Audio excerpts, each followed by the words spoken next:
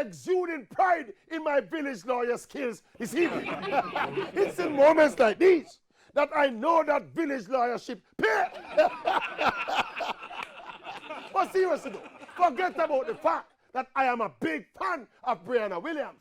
From day one, this was a straightforward case for all to see. 17-year-old Brianna competing at the national trials. She fell ill and her concerned mother bought some flu medication. They looked at the packet, no banned substances listed.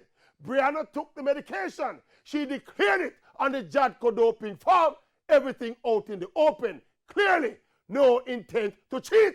What else could a Jamaican panel do? It's up to Jadco and WADA and the IAAF now. We as Jamaicans do what we have to do.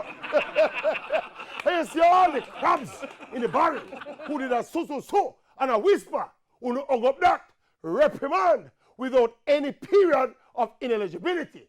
Brianna gone scotch free.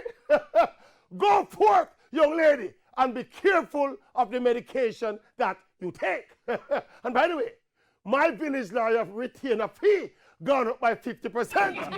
You know what I mean?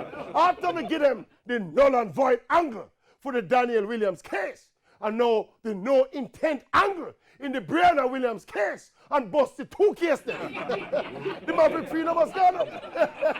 And one more thing, will someone please check if Coach Stephen Frano Francis all right? Yes. Someone in Doha, please go check the MVP hotel room and look if Frano all right. What you mean?